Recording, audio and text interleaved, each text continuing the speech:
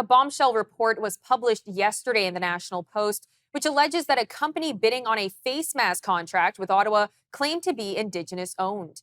The piece, through an access to information request, highlights that Global Health Imports, which was co-owned by Randy Boissonnault, who is now Ottawa's employment minister, claimed to be Indigenous owned on several occasions while placing bids with Ottawa.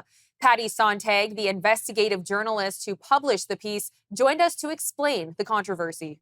In the opening days of the pandemic lockdowns, Minister Boissonnault, who was a private citizen at the time, opened a business, Global Health Imports, with Stephen Anderson, who also resided in Edmonton. Their business put in bids to the federal government in June 2020 to supply face shields and also to supply masks. And they didn't win those contracts, but in one of the bids and in the correspondence about both bids, the GHI, Global Health Imports, identified the company as Indigenous owned and Aboriginal owned, which appeared to be connected with a federal program intended to support Indigenous businesses and help them win federal contracts. Well, the workers handling the files would have seen on the bid and in the emails that Global Health Imports identified itself as Indigenous owned. I asked Indigenous Services Canada if Global Health Imports was ever on, there's a kind of an official list or registry of Indigenous suppliers that procurement workers are supposed to check before they go ahead. And Global Health Imports never completed the application. Shannon Meditawabin, who runs the NACCA, which is an umbrella group representing Indigenous financial institutions, said that it doesn't matter whether or not Global Health Imports won. He said that he called for an inquiry into the specific application and just asked for federal workers to look at this and other applications, any applications like it.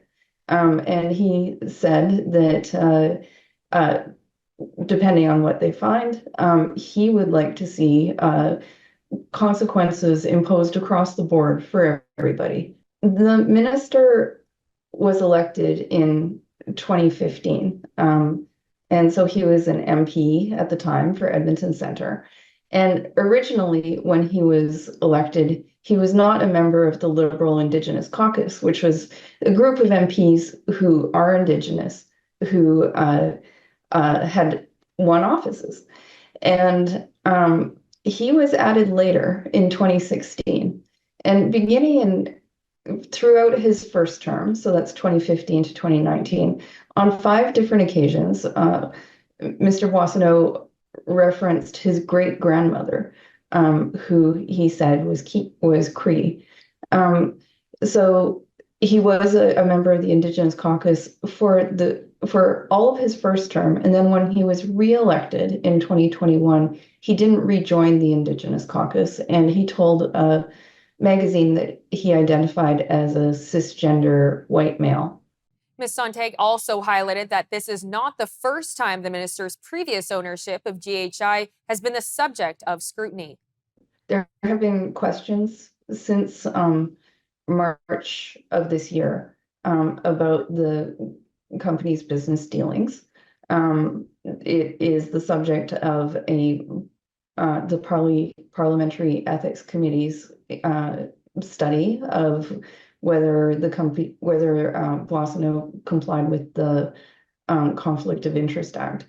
That's all on the public record, and there have been questions about whether or not the minister may have communicated with his business partner after he was elected to office. The minister has since distanced himself from the company, and he surrendered his shares without pay, he said, in a committee meeting recently.